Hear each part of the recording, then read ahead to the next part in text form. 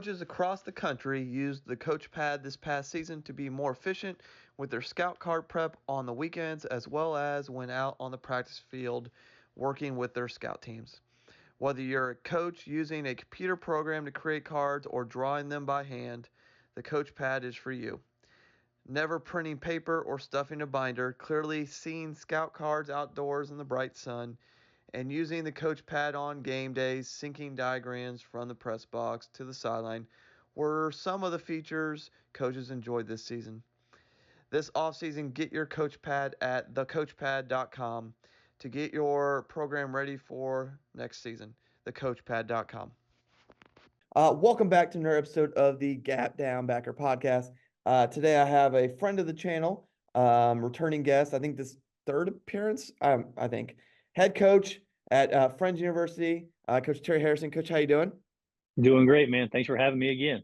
No problem, my friend. I'm glad you're on. And last year I think we talked. You'd finished year one at Friends and kind of started the movement back. The I don't know, fixing or establishing, however you want to word it. And this year you kind of you hit it ground running even more this year. How's the past year been? How'd kind of the season go for people who didn't get a chance to see?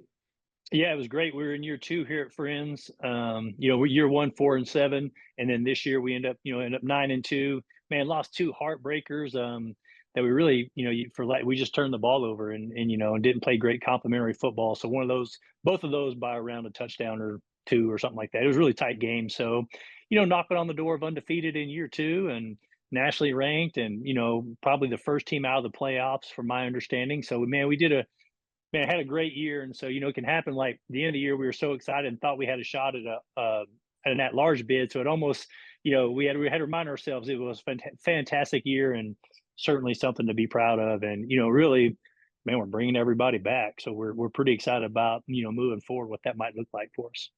Yeah, I've been seeing, like, because obviously I follow you on Twitter, or X, what the heck ever it's called at this point, and your strength staff, and I think your football's Twitter, and your kids have gotten a lot of national recognition for a variety of awards. Do you kind of want to speak on that? Because again, we've had this talk before, the BS conversation that you can't run the Flexbone or triple or variations of it and be successful or get your kids recognition, whereas you and a multiple of other schools are kind of proving right now that's a bunch of crap. Yeah. Well,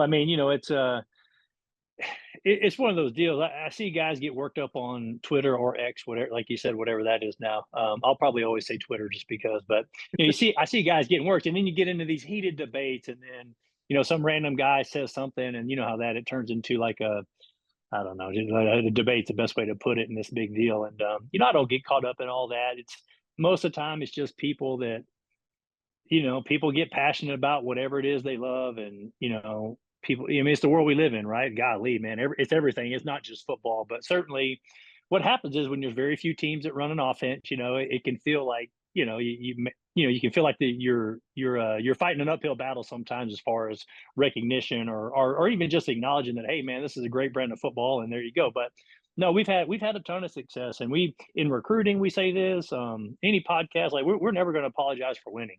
And we're gonna do what we know how to what we know how to do, what we know how to practice, and generally that leads to some success on the field, and we were able to do that. I think for my career since I've been a coach, crossing from high school into college, I think we're now averaging. I think my career average is like 47 points a game, and so we're just really good at it, and that's okay. We have some really good mentors along the way, and and our kids embrace that. So what's cool right now, talk about some of the wars, man. We've got a group of kids right now that absolutely love what we do.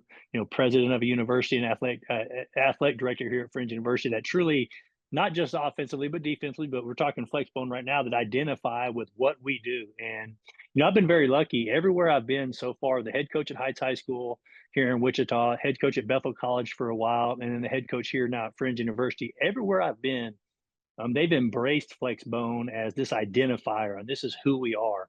And we certainly have that right now, and our kids absolutely love it, and they're ate up with it just like I am, and just like some of the guys you see on on Twitter that are passionate about it. Well, our kids are too. And we go out there and play with a chip on our shoulder, and we kind of bear that, on that weight on the weight of our shoulders for the Flexbone community out there. And so, yeah, we've had some awards, but our quarterback was Conference Player of the Year this year, just phenomenal. He led the country in touchdowns. And then our center got run the Remington Award for NEI. So, if you don't know, the FBS award is the Remington Trophy, but they give an award every division. So Division II, Division III, NEI, and FCS, they give the Remington Award, which is the nation's best center in that division.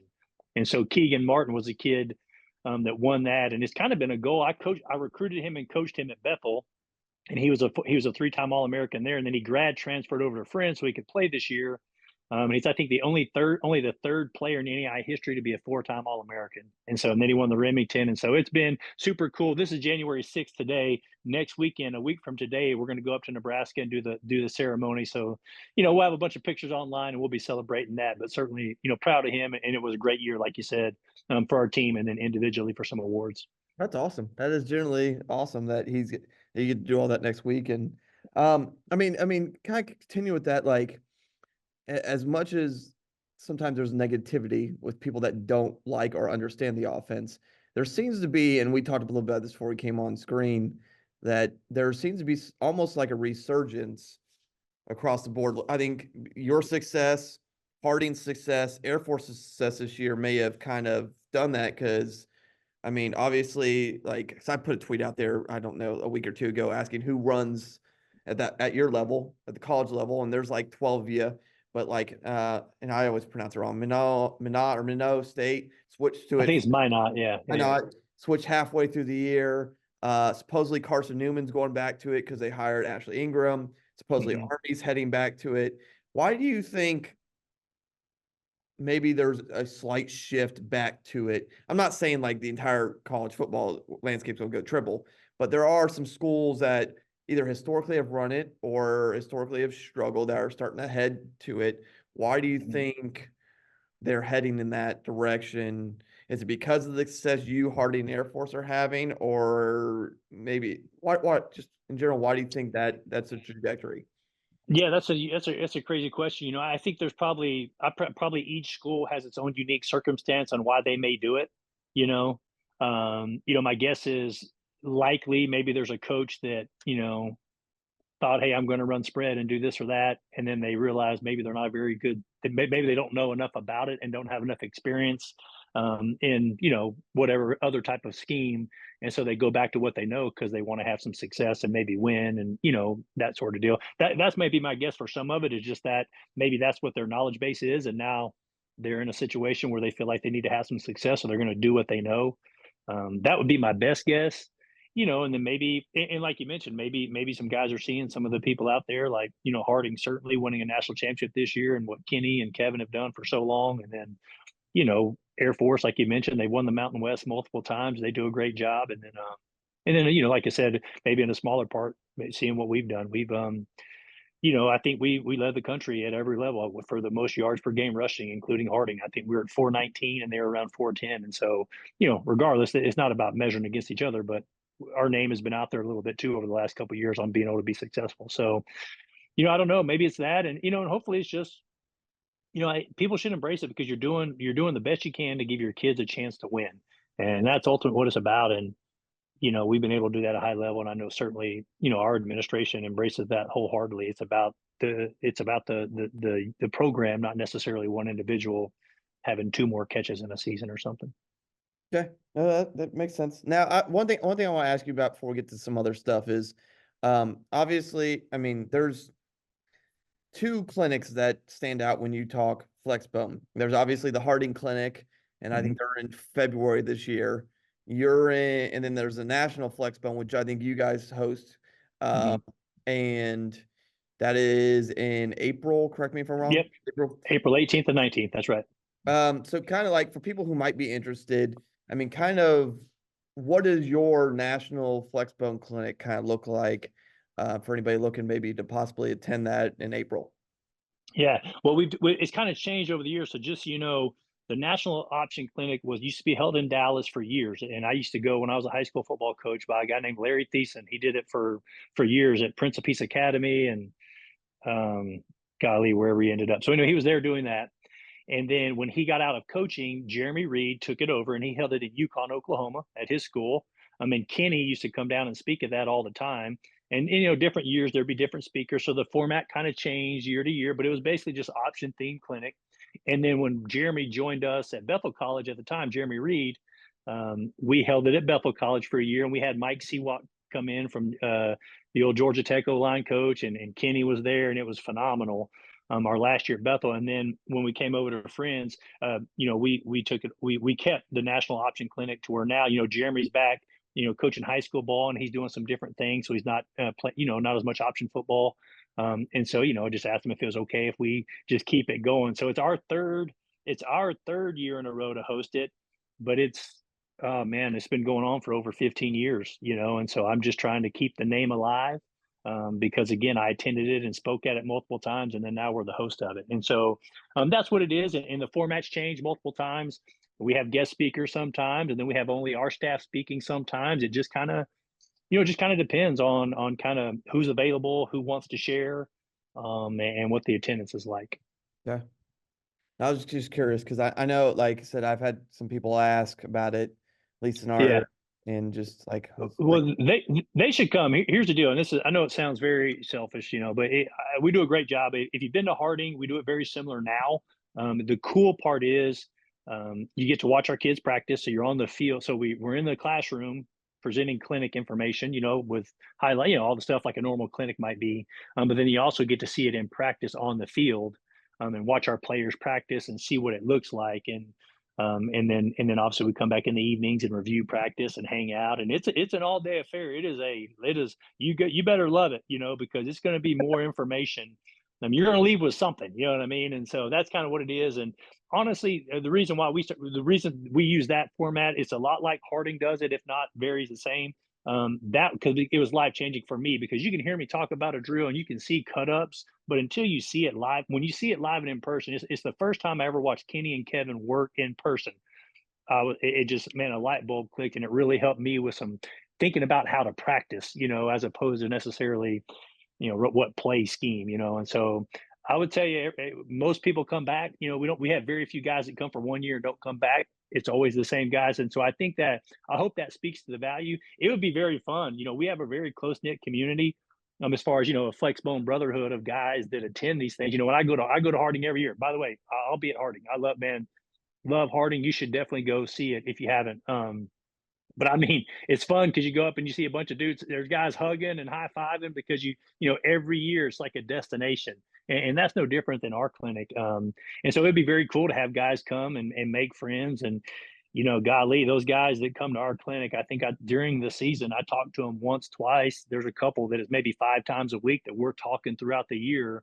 And so it's more than just a clinic, man. You're making these good friends in this professional network that are doing the same things and have the same challenges, and it becomes a resource throughout the year to just bounce an idea off of. And like I said, Kenny's been doing this for 30-40 years, man. He's the best resource. That guy's phenomenal, and he has helped me out of so many jams. You wouldn't even believe it, just how much help he's given Kevin, Chisholm, what they've done. And we try to do the same. We're honestly just trying to pass that on. And I think Kenny, who's been such a mentor for me, that's what I've seen from him, man. He has just given and given and given to this Flexbone, option community. And that's what we're trying to do. So that I guess what I'm saying is that'd be a reason to come for maybe somebody. It'd be cool to have some guys from some other areas that make it down, which the airport in Wichita is 3 miles from our campus. So if you can get to Wichita Airport, you're literally 3 miles away. I mean, it's the quickest Uber. You're over and you're on our campus. And so it's and there's hotels everywhere. I mean, it's an easy clinic, I guess. It's not a big travel ordeal outside of getting to Wichita. And so that's why, I'd love to meet some new friends and, meet some guys. And heck, I learn from everybody. We definitely show our stuff, but dude, I learn from everybody that's there. So it's very cool.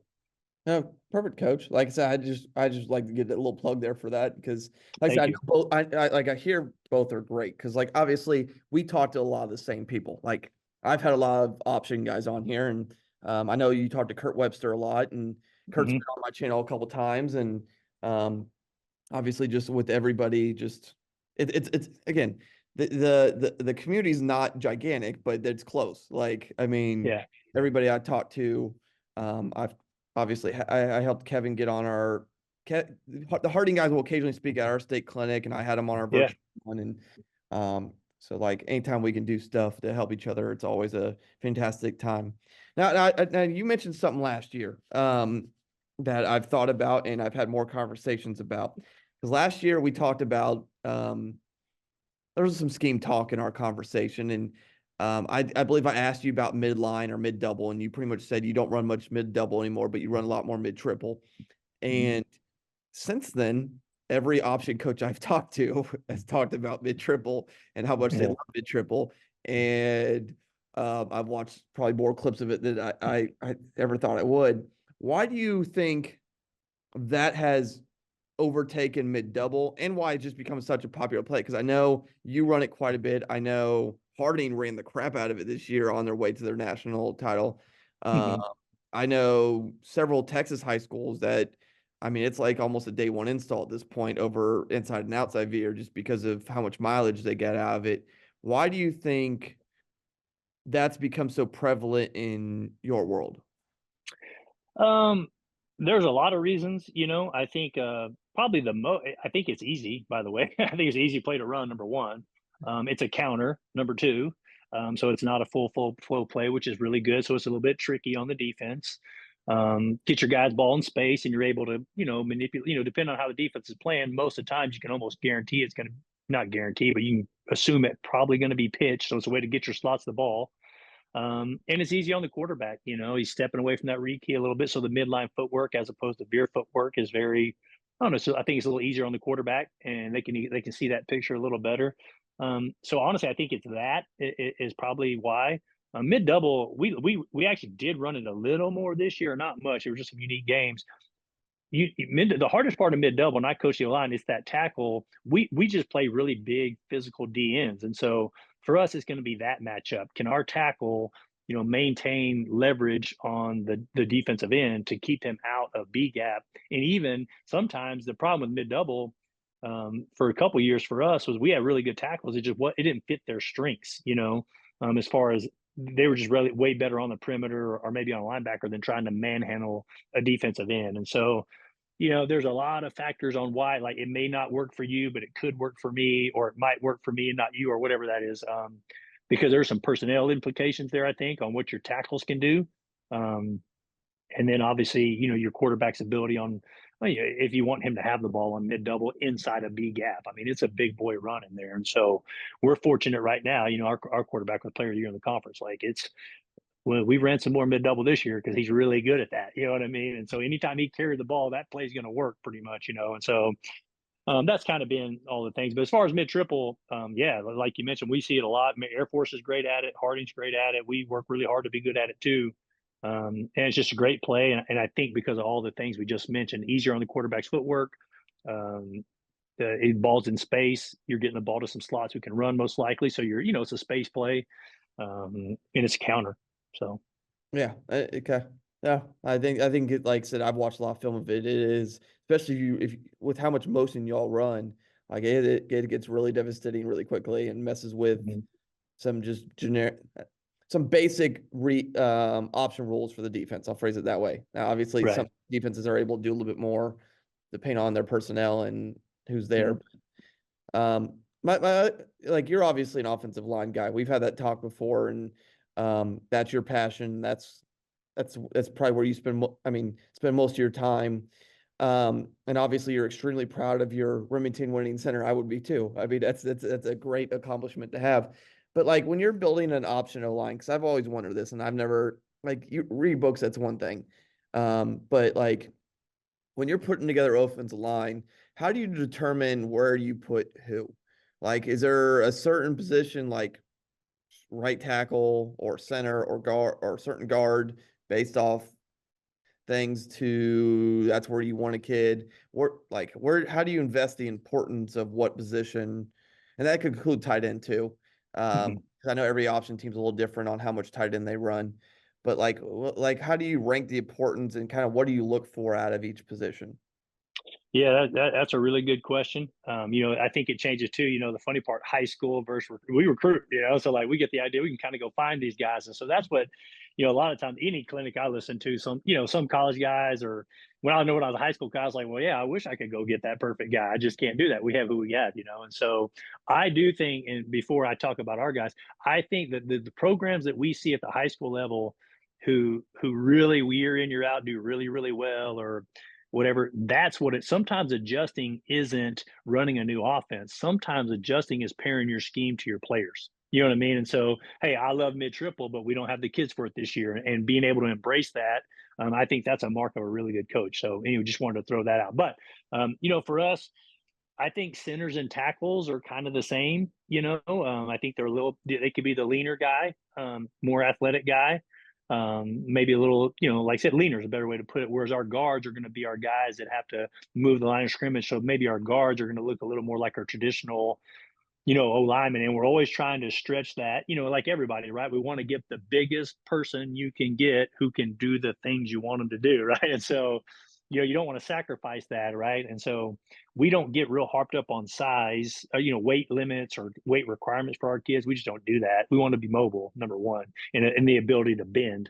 And so that's something that we do. All of our guys, we work really hard in the weight room on ankle stiffness. So, the ability to have your ball your foot in the ground and your heels not drop. So in our stances, we want that good ankle stiffness with our heel off the ground. So we film that a lot. Our strength coach does that a lot. You'll see he has a lot of videos on ankle stiffness that our kids do. You have to watch this stuff. I don't even know the name of it. I just see it and tell them how awesome it is. But anyway, it's actually speed work drills, but you see it translate to O-line. And so, yeah, that's our deal. That's what we really like. Our tackles, when we're building the O-line, the other thing to think about, and the crazy part is for us, it varies year to year. We got a way more even front this year than we had been getting. So our center was escaping through more to the second level. In the past, the year before, it was pretty much all odd fronts, and our center was having to base block a nose guard the whole game. And so, when I talk to guys, some people, I don't believe center's the most important. And we had a Remington guy, but I don't believe that's the most important necessarily. I think some of that depends on what you're going to see. If I'm going to be getting nose guards every game and they're going to be big, heavy, really good players, I sure would prioritize that center position more than maybe if I thought I was going to get a bunch of even fronts. And so the hard part is, you don't necessarily can't predict that, but if I could predict it, that's something I would consider. Because if you're playing a bunch of odd fronts, getting a bunch of tight front stuff, nose and four eyes, your centers and tackles are covered up all the time, and your guards are uncovered, and they're the second level guys, as opposed to when you're getting even fronts, your centers and tackles are uncovered and your guards are covered. And see who's going to be second level guys. And so those are all things that I consider when we're trying to build our O-line, because we want to play our best five. We've moved guys around from tackle to guard when they can. And so you're just lucky. We just happen to be really big and long right now. We have a bunch of, we have a very talented group of O-linemen right now. We do have a lot of guys that can play that have center skills or tackle skills in a guard body, or vice versa, guard skills in a tackle body, which is the idea. That's the perfect world, right? You want these kids that can do everything, and then you're not limited by what you have up front. So it's kind of dancing around your question a little bit, but that is how we think through it. That's how we think through it a little bit, and that'll be interesting this year. Losing Keegan, our Remington guy, our center is the only one we're losing, and that's kind of the big battle for the spring to see who's gonna be able to do that. And the funny part is we have different bodies. We have guard bodies that are going to be competing for that position, and we have some tackle bodies, longer, leaner. And we're just going to play. We're going to play who does the best this spring, and so it's exciting for those guys. I know they're all pumped up when we did our interviews, like that opportunity to come in behind Keegan and see who's going to be the guy. So it'll be fun. It'll be fun to watch that and see what that body type is, because we really do have every type of guy that's going to be competing for that position. Now, I've seen highlights on obviously YouTube and Twitter when I watch your stuff, because obviously I don't living out there in vast land of Kansas, but like I'm just curious, how continue with the O-line stuff, like how much do your guards actually pull? Like I know some, like every system's a little different, because I know like some teams will run trap and counter option a little bit more, and others won't touch that stuff. How much do your guys actually pull compared to I mean, just I don't know, an I formation, wing T line. Yeah. I'll say Yeah, wing. that's a great question. Like, Yeah, I understand. Yeah, guys that are running buck sweep stuff. So, the funny part, in 2022, we didn't pull one time.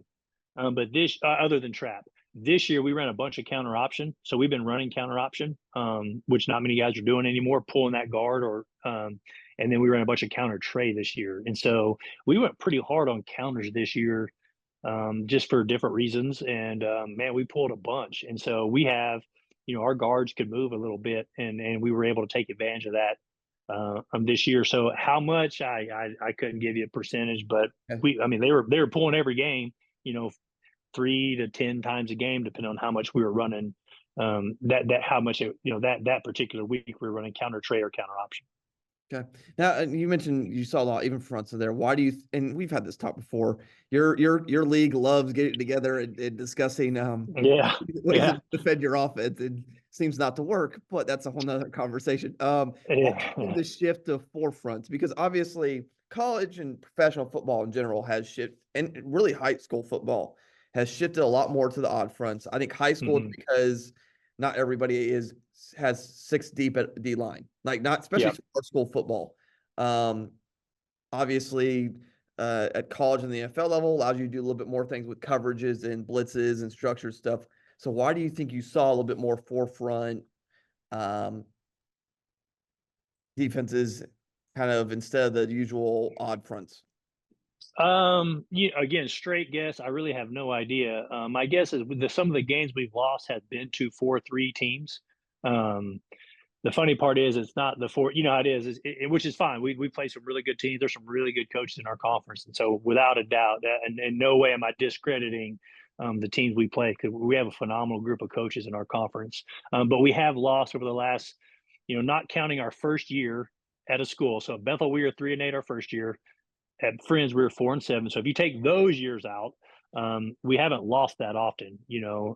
Maybe 2 losses a year, and really inside a conference, 1 loss a year. Most of those were to even front teams. So if you just look at the defense, you say 4-3, hey, we should run even front against these guys. Now, if you know the rest of the story, we fumbled the ball, and so, like this year we lost to 2 even front teams. Well, we fumbled the ball 11 times. And so between those 2 games, and lost by a touchdown to each one of them. So was it the even front or the fumble is what you kind of have to decide, why we lost those games. But I think that's why, to be honest with you. But that, again, that's a straight guess. Who knows why? And, I think maybe it's a little bit of copycat of watching maybe a team that beats us the year before and they were 4-3. So, hey, that's the magical defense. And I don't necessarily know if they take into account the personnel and the personnel, and then maybe the turnovers or how the game played out. So, I don't know. I've never sat in a room of why. It would be fun. I wish I would get invited to the meeting, and I'd give them some help if I don't know if they're on the right track or not. That still my boggles me when you told me that last year. They just get together and try to, let's see. Nope. Well, the funny part, you can't, those guys, you get guys in the recruiting game, man, guys, you can't get guys to compliment each other or guys to be on the same page. But bro, you want to talk, you stop the Flexbone and all of a sudden they're having pizza parties. You know what I mean? So I get you. Trust me, I do. Well, I mean, I get it. You don't want to necessarily outwardly compliment buddy because you're recruiting against them, blah, blah. I understand that. It's like, that'd be like our entire league getting together to this try to say, how are we going to defend Ansonia? Like, because they're the top dog in our league and they run power T and they're in school and whatever. Like, it's comical in my opinion, but whatever. But I mean, kind of continuing with that, like, obviously we talked some O-line and how to mesh there. I mean, as you're developing each year, and I don't know if I've ever asked you this question, I may or may not have, how do you evaluate year to year your stuff? Obviously, you have your base stuff you're going to put in every year and go through, and but like you said, this year you ran more counter. Why kind of is that? Yeah, so that's the deal, right? That's and I kind of mentioned that's the idea of adjusting, right? And so, you look at those schools that said they were going to stop running the Flexbone now. You don't have to run a whole new offense to adjust. So that does adjustment or making changes doesn't mean you throw the whole thing out when you've won, 90% of your games in your career, like some people tend to do. But anyway, So for us, what we do is we look at play by play. How does it grade out? So +4s, right? And so what grade on average? How many times is this play +4 or a touchdown? And then, if you get it, if you get in around that under 55%, like, hey, so about half the time this play is not +4. Why is that? And so then you start diagnosing, well, why is this play not successful? And then as you do that, you can start maybe, okay, well, if it's not successful because of this, we can do this, and that should be a good counter to it or whatever. And so that's simply why we started running some, counter option and some counter trades, because how people are playing this, and so they just weren't respecting the potential for a counter. And so that's why we started doing it, and if they change that, then we would adjust again. So you can't just, well, it's like you mentioned, maybe this whole 4-3 thing, or maybe even front thing. You can't just look at Fringe University last year and be like, okay, they run these plays, so we're going to stop them. Well, we're going to be different next year, So even though we're going to line up the same, we're going to be very different. We're going to have, our players are going to be a year further ahead. We'll have new players that join our program. We will adjust and attack different, find ways to attack teams. So to me, that's evolving as an offense. That's adapting as an offense, and not saying, hey, we're going to throw that all out and we're going to run this brand new offense that I know nothing about, and that our kids know nothing about. And so, so that's how we do it. Honestly, we just see how people are playing us and what they're doing, and we start figuring out ways to take advantage of it. And that's why counter option became a thing for us this year, and it graded out in the 70s. Like, it was 76% +4. And counter trade has been phenomenal. And so, people now are so worried about counter trade and counter option. Well, now maybe full flow plays are going to hurt them a little more. And that's the game, that's the game within a game, right? 100%. So, coaches, follow Coach on Twitter, follow their strength staff and their football page, because all three will put out a bunch of stuff. If you go to the Harding Clinic, which will be, this video will pop up after that, but say hi to Coach. If you go to his clinic, say hi to Coach. Go to his clinic, because like I said, I hear Wichita is a beautiful city. I hear, and April is a good time to get out of school and go do things. Yeah. Other than that, like, share, subscribe, all that crap, and then check our sponsor, Coachpad. Otherwise, that's another episode of the Gap Down Backer Podcast.